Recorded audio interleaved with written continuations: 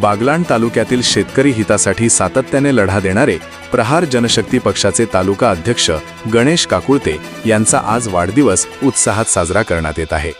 सामाजिक, राजकीय व शेतकरी प्रश्नांवर ठाम भूमिका घेणारे नेतृत्व म्हणून गणेश काकुळते यांची तालुक्यात ओळख आहे।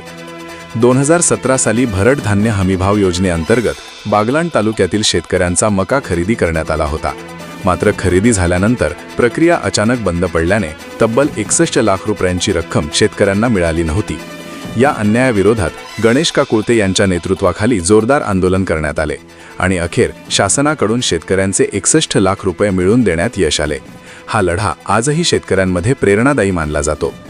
शेतकरी, कामगार, युवक आणि सर्वसामान्यांच्या प्रश्नांसाठी सातत्याने रस्त्यावर उतरणारे नेतृत्व म्हणून गणेश काकुळते यांचा तालुक्यात सन्मान आहे। त्यांच्या वाढदिवसानिमित्त सामाजिक कार्यकर्ते, शेतकरी व नागरिकांकर शुभेच्छांचा वर्षावर्तशन त्यांच्या पुढील कार्यासाठी सर्वत्र शुभेच्छा व्यक्त करण्यात येत आहेत। प्रखर न्यूज, बागलाण।